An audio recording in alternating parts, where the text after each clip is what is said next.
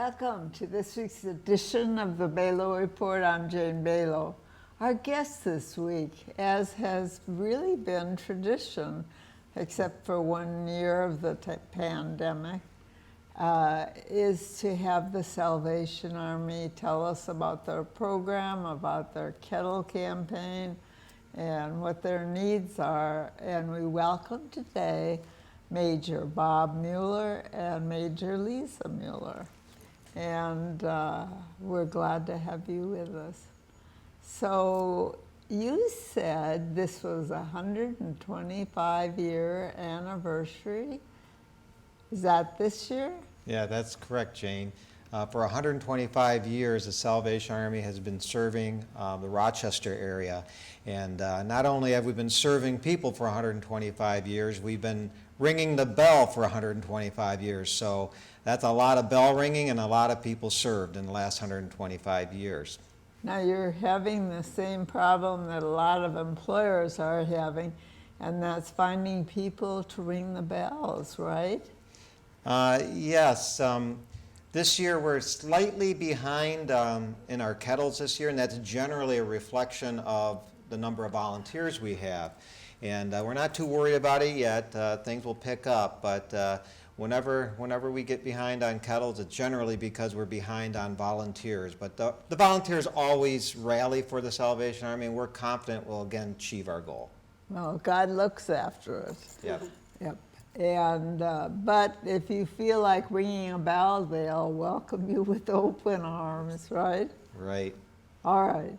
Now, how much of your annual budget do you depend on the bell ringing for? Well, during the Christmas season, at least our goal this year is $1.125 million, and we came up with that number. It's a bit of a stretch goal for us, but in commemoration of the 125th anniversary. But that makes up about 1/3 of our annual operating budget.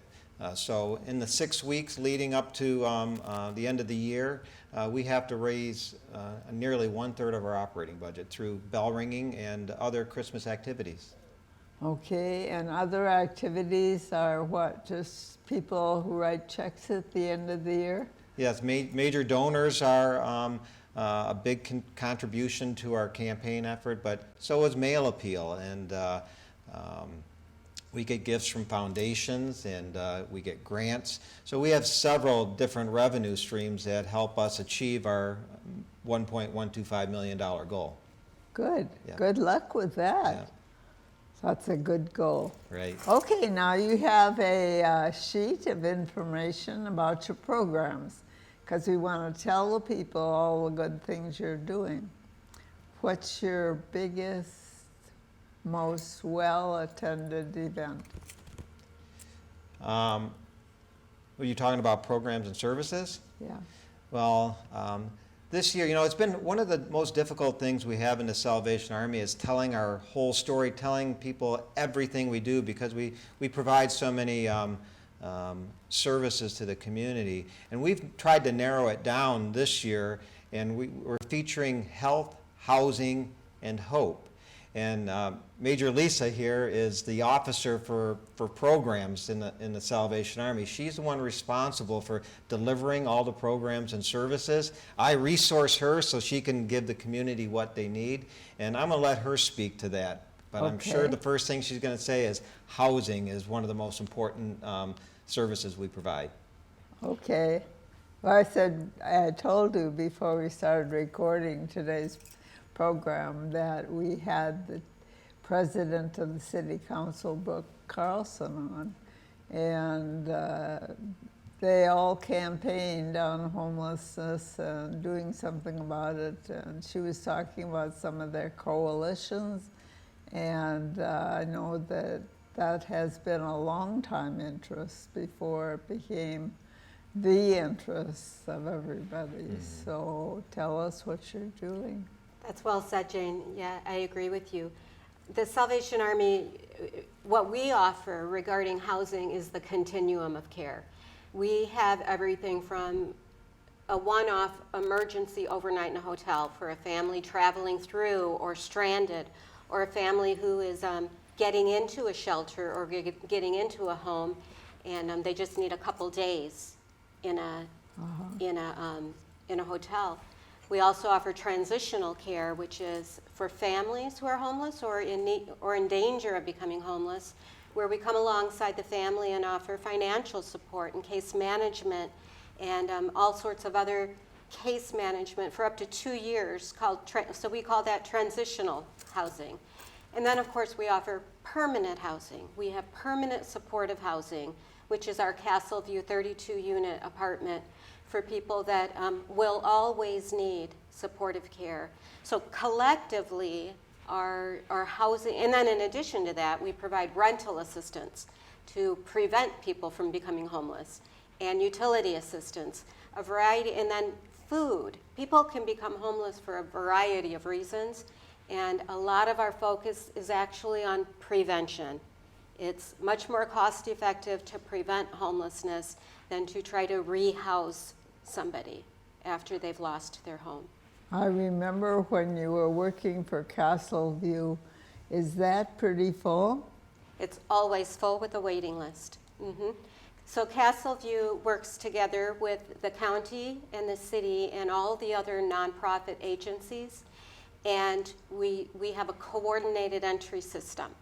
So if you want to get into Castle View and all of the other supportive housing units, we take this assessment, and then our names rise to the top, and that's to keep everything fair and to make sure that the people who are in the greatest need are prioritized.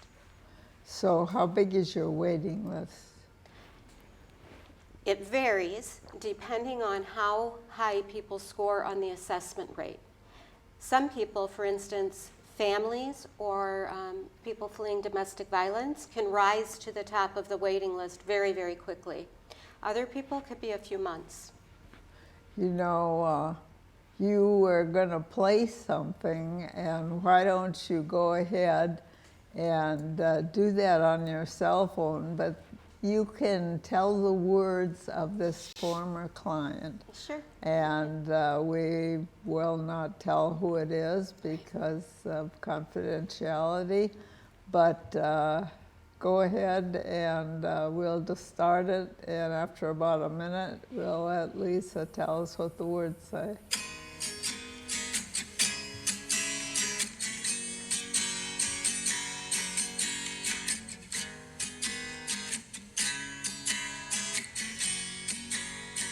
Okay, now start your story.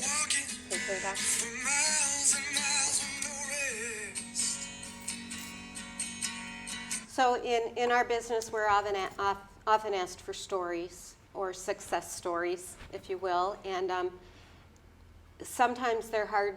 Every story doesn't have a happy ending when you work with the kind of people in crisis as we do. So this young man that wrote that song was he was homeless for many years, probably the last 3 to 5 years, and he just found himself suffering from a mental health break and having nobody that he could trust. He had broken off from his family, his friends, and had just gone his own way. And the Salvation Army took him in, and we gave him a warm place to sleep at night. We provided meals for him during the day. We gave him changes of clothing and a shower and all that. And eventually, as often people do with mental health situations, he found himself in the criminal justice system. And he spent a short time in jail. And we were able to visit him. And the process ended up getting him the help he needed. And we are so happy to report that he's whole, he's well, he's back in college, and living a very good life. And one day, he wrote this song and sent it to me and Bob and said, you know, you were there for me when I was cold. His song says, I was cold, homeless, in the rain, you know, nowhere to go. And then the chorus goes on to say, you fed me, you took me in, and I don't have much to say to you, so I give you this. And it's Bob and I cry every time we listen to the song and think about it, because we are just so glad that his valuable life was redeemed.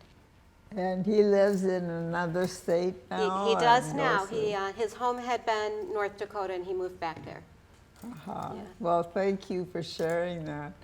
I wish we could accommodate all of it, but it helps to hear a success story like that. And you're not crying, you're smiling. Yeah. I mean, all right. You know, that's what a lot of our reward is, right? In terms of healing. So, all right. Now, if there are people watching who know someone who's homeless, what do they do? How do they start? The first thing we would do is have you come into our office and meet with a caseworker.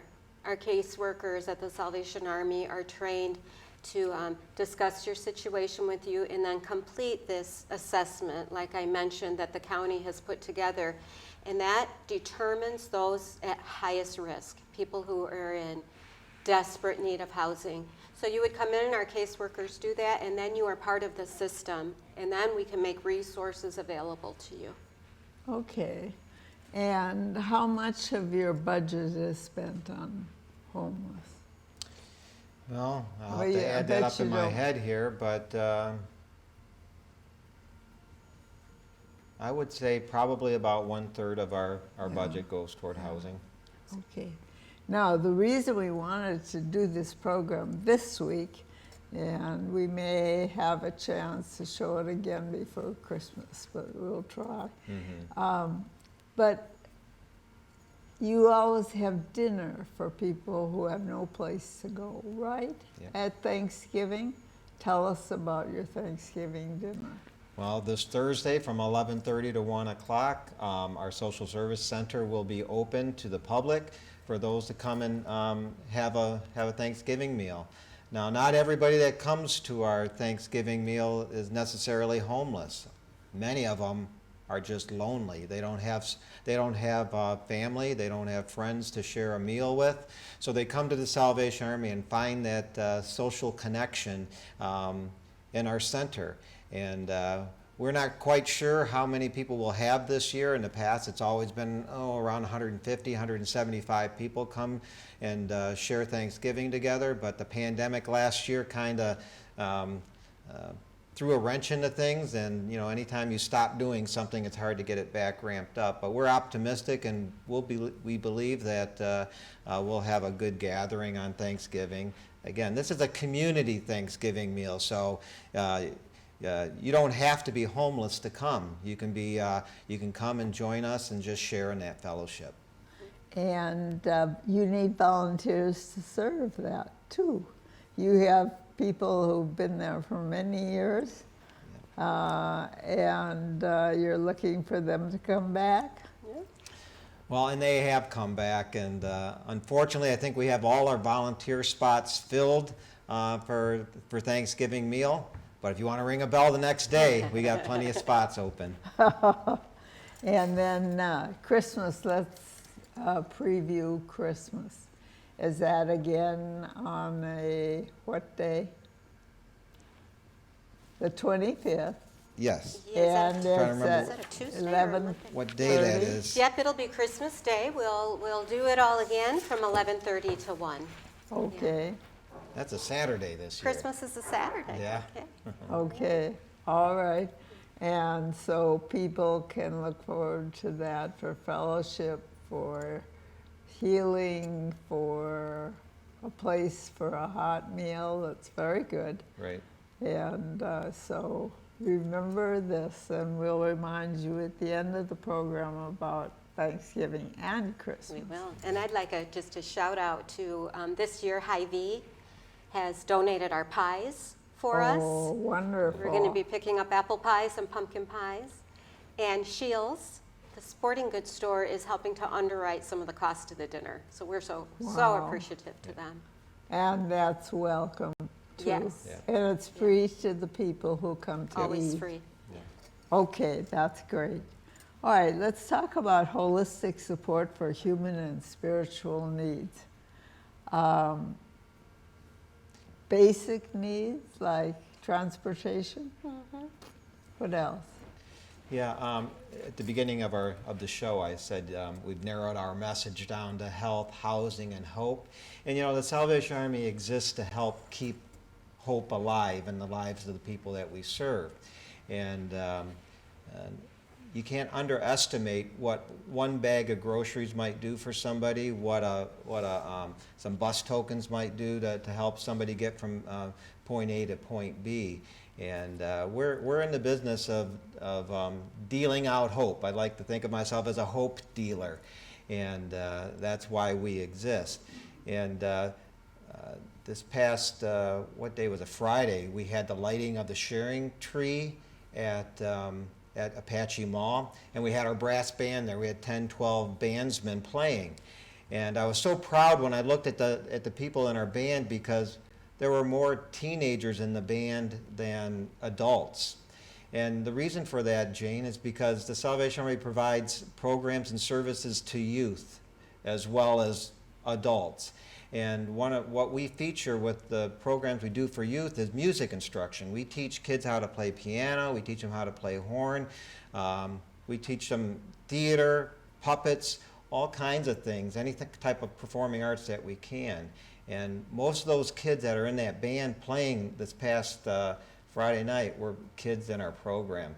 And the reason we do youth programs is prevention. We don't want our kids to become future clients of the Salvation Army. So we pour a lot of resources into the children that we serve. And I'll bet you're always interested in instruments that people have outgrown or no longer play, and especially since your store is no longer active here, they can just give them to the Salvation Army, right? Yep, particularly brass instruments. That's our niche, is brass. Okay. Yeah. All right, all right. You must know what we have in our basement.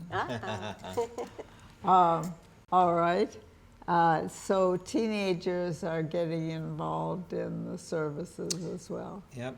Many of these teens, they grew up at the Salvation Army coming to our programs, and now they have, now some of them are going to college and come back and now are helping us develop younger kids. So some of the teenagers now that we've been taught how to play an instrument are now teaching younger kids how to play instruments. So it's really nice to see them take on leadership roles. And kids respond to kids very well. They do. Okay, emotional and spiritual care. That was the first service, wasn't it, that the Salvation Army provided? Yeah. The overall spiritual care. It is, and it is still the hallmark of what we do. We're in the business of making sure someone's eternal life is secure. But William Booth, who founded the Salvation Army, he learned probably on day one, and some of the things he said have stood with us. He said it's really hard to talk to people about important emotional or spiritual things when they're hungry. And so feed them or let them take a shower, and then you can talk to them about everything else. So that's kind of the model, and that's why we work so hard to maintain a holistic approach to body, mind, and soul. Make sure someone's immediate physical needs are met. And then we never stop there. We always go in to talk to them about how they're doing in the rest of their life. Okay. And health services, you still have your clinic? Oh, yeah. And tell us about that. Yeah, the Good Samaritan Health Clinic is still operating and going strong. You know, in that health clinic, we provide medical, dental, and pharmaceutical services nearly every day. And last year, our numbers probably went down a little bit because of the pandemic, but we never closed our doors. And on average, we serve around 3,000 people every single year in that medical clinic. Wow. Yeah. And that's in cooperation with Mayo and Olmsted and all the community?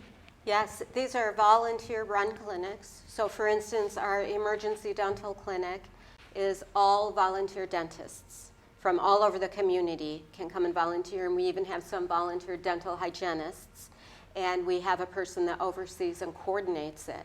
The same as the medical center, are volunteer doctors. And we do have a partnership, a wonderful partnership with Mayo Clinic, in that we offer the REACH program, which is for the residents in medical school, their second year community health curriculum is our clinic. So every Tuesday and Thursday afternoon, they see our patients and they serve them in our building, and that's their curriculum for their outreach medicine. That's wonderful. Yeah. Yeah, but the patients love that. Yeah. And is there any charge? No charge at all. No charge at all. Wow, that's amazing. Yep. Now so these clinics are for the uninsured and the underinsured. Some people have insurance, but they can't afford their co-pays, or they don't have dental insurance at all. And so we see uninsured and underinsured. Okay. And then you come to seasonal services, of which the Thanksgiving and Christmas dinners are part of that. What else in terms of food support? Well, I want to circle back to seasonal services, because the Salvation Army is also a sponsor of the VITA tax program. So from January to June, we provide tax services at no cost to the people in this community out of one of our buildings. And again, COVID affected our ability to serve as many as we normally do last year, but I think the year before it was, again, about 3,000 people we did tax returns for. And do you expect it'll be about that many this year too? Yeah. So this year we're resuming, going back to face-to-face tax preparation. So we think those numbers are going to go back up, because we'll be much more efficient. The way we were doing it last year was contactless, so it took a lot more time to process these tax returns. But imagine the savings, how much people saved by being able to come to the Salvation Army to have their taxes done. Wow. And another new program that we're looking to ramp up this year, it kind of falls into seasonal services, is disaster services. We were just recently awarded a mobile canteen, where we can take this kitchen on wheels, if you will, out to a disaster site when needed. We've been using it to work at disaster simulations and also community engagement events. But here in the near future, we hope to be able to respond when given a call to a local disaster. Good for you. All And right. then I have to tell you about Christmas, though. As soon as Thanksgiving's over, the next big event we do is toy distribution. So we're expecting to serve about 600 families this year, and they come in and they go shopping for toys for their children. And we are collecting toys from now until Christmas Eve at Walmart's, at the Sharing Tree at the mall. Toys for Tots also share some toys with us, or we have a Walmart registry if people want to give online, or they can just drop off toys at any Salvation Army in Rochester. Wow. Yeah. All right. Now, how do people qualify? So we have a website called saangeltree.org, saangeltree.org, and you apply online, and it's very, very easy. If you can also come in and make an appointment, and we will help you do it online. And you just give some income verification, tell us how many children you have, and then we give you an appointment to come shopping for your kids. Okay. All right, that's great. And you mentioned food support. That's every day, isn't it? Yeah, pretty much Monday through Friday, we provide a lunch from 11:30 to 12:30. Numbers have been going up, surprisingly. I think this last week we had at least 90 people coming for lunch. And so there's obviously still a need out there. In addition to providing a daily lunch program, we also have a free bread shelf. Every day we pick up bread from Hy-Vee, who graciously donates that to us, and we fill our shelves with it so people can come in and get a loaf of bread or some donuts or whatever it is that they need. And And then we also have a food pantry that's open 2 times a week where people can come and select what they would like to take home with them. And I don't know that anybody's going to starve to death here in Rochester, but when they come and they're able to get a couple of loaves of bread, maybe a bag of groceries once or twice a month, and get a meal, that helps offset other costs that they have, personally, and enables them to be able to pay their rent, to pay their car payment, or be able to take care of their other needs in their personal lives. And yet, you still have support from all these businesses. Isn't that great? Yeah, yeah. I mean, it deals with inflation with a whole new perspective. Right, right. So, yeah, one of the things Lisa and I have commented about for the 3 years that we've been here is just how generous, how compassionate this community is. Rochester always answers the call when the Salvation Army needs something in order to meet the needs of the people in this community. So we're humbled and very grateful for the ongoing support from the citizens of Rochester. And now we have a couple of minutes left in which you can make your case for bell ringers, for money, whatever you'd like. Yeah. Well, everybody quotes something that I say about bell ringing, and that quote is, "An unmanned kettle is an empty kettle." So if you're walking by a store and you don't see a bell ringer there, there's no money going into that kettle.